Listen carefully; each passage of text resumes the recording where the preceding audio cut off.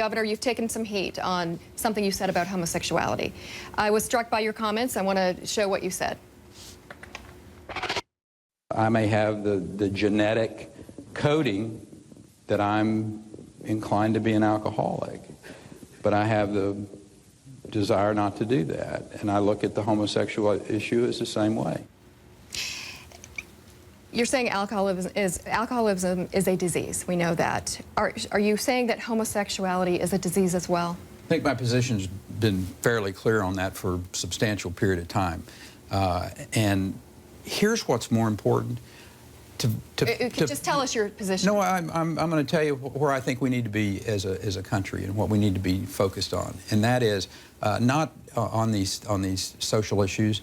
I think the social issues, frankly, should be decided state by state, rather than being something in Washington, D.C. to try to make one size fits all. This is not a Washington, D.C. issue we're talking about here. From the standpoint of social issues and where this country is relative to that, we're a very diverse country when you think about it. So Stephanie. why were you referring to alcoholism then? Could you just explain that? I got asked the question and I responded in the way that I have before. That alcoholism is a disease. You have the gene. The issue is one that needs to be decided state by state, these social issues like that. Let's talk about your state.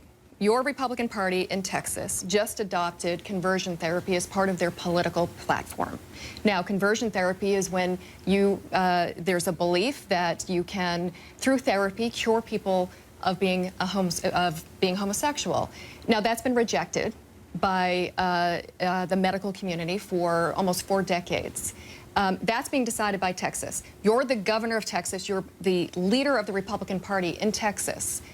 Isn't that exactly what you were saying? And I said in that remark, isn't that the same thing that you just said? I said in that remark that I'd leave that to the psychiatrists and the doctors. But here's the more important issue. Who have rejected it? I'm telling you, they've rejected it. The more important issue is one that we need to be focused on in this country, and that's how to get this country back working again. So you have no opinion on any of this, then? You don't have an opinion on either side? I think my statements stand on their own. I don't understand it, but I can't help you understand it. Okay. All right. I'm very proud in Rhode Island we have marriage equality. And we're a free state. And you know everybody's what? welcome. That's Rhode Island's choice, and I agree with that. And if we as a country will get back to allowing the states to decide these instead of, we got lots of big issues in this country, like how do we get this country back working again? How do we secure the border of this country? How do we have a foreign policy that is actually not feckless? We're going to have to go to a quick break. So.